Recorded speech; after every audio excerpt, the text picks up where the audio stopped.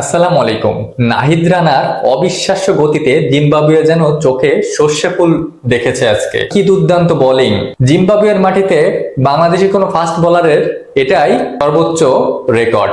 নাহিদ রানা আজকে যেটা করলো সেটা ব্যাটাররা কি সেটা পুষিয়ে দিতে পারলো?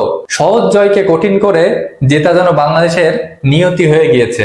যেখানে নাহিদ রানা দুর্দান্ত বোলিং, তাসকিনের ওই দুর্দান্ত সুইং, তারপরও ব্যাটাররা করলো হতাশ। চলুন একটু বিস্তারিত আলোচনা করে দেখা যাক। দেখুন, জিম্বাবুয়ে আজকে ব্যাট করতে পারছে 36 ওভার 4 বল। মেহেদী হাসান মিরাজ শেষ উইকেটটা তুলে নেওয়া পর্যন্ত জিম্বাবুয়ে রান করতে পারে 141 রান। তার আগের থেকে অল আউট হয়ে যাওয়ার কথা জিম্বাবুয়ে। মেহেদী হাসান মিরাজের এখানে একটু ভুল ক্যাপ্টেন্সি অবশ্যই দায়ী আমি মনে করি। যেখানে জিম্বাবুয়ের রান ছিল 24 ওভারে 81, 8 উইকেট, সেখানে কিভাবে 141-এ যায়? শেষে টেলেন্ডার ব্যাটসম্যানদের সুযোগ দিয়েছে এই রানগুলো করার মেহেদী হাসান মিরাজ। শেষে 9 এবং 10 নম্বর ব্যাটসম্যান তারাই প্রায় 50 রানের মতো জুটি করে ফেলেছিল এবং তাদের ফেলাতে ঠিকই নাহিদ রানাকে আনা লাগছে, কিন্তু তাকে একটু আগে আনলে সমস্যা হইতো কি মেহেদী হাসান মিরাজের। জিম্বাবুয়ের আজকে সর্বোচ্চ রান করেছে তাদের ফাস্ট বোলার নিউম্যান নায়ামুরি এবং তাদের ক্যাপ্টেন রিচার্ড নাগাভারা, তিনি করেছেন 27 রান। তিনি হচ্ছে সেকেন্ড রান স্কোরার। তার মানে বুঝতেই পারতেছেন যে জিম্বাবুয়ের ব্যাটাররা আজকে কতটা ভুগেছে। নাহিদ রানার সামনে তারা অসহায় আত্মসমর্পণ করেছিল।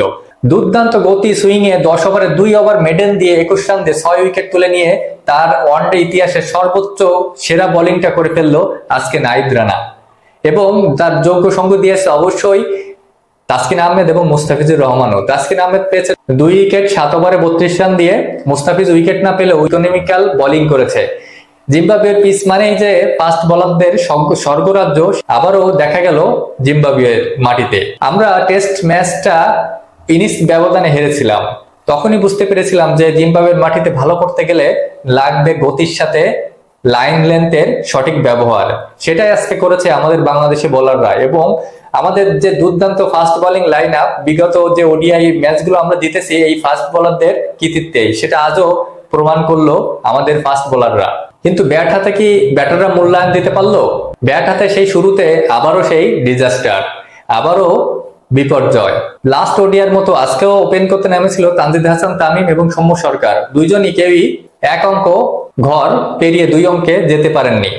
3 নম্বরে নামা নাজমুল হোসেন শান্ত, তিনিও এক অঙ্কে আউট হয়েছেন। তখনই বাংলাদেশ পড়েছিল বিশাল চাপে, কারণ এত অল্প রান বাংলাদেশ কি তাও জিততে পারবে না, তেমন একটা সংশয় জেগেছিল।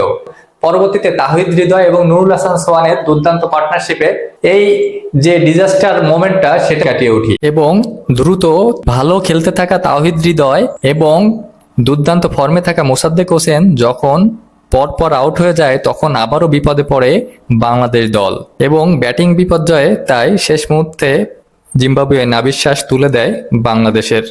এই ব্যাটিং বিপর্যয়টা কখনোই মেনে নেওয়ার মতো না, কারণ আমরা যেখানে 141 রান টার্গেট, সেখানে আমরা ব্যাট করব দেখে শুনে ধীরে ধীরে সুস্থে। সেখানে প্রথমের ব্যাটাররা এত তাড়াহুড়ো করেছে যাতে করে উইকেট পড়েছে খুবই দ্রুত।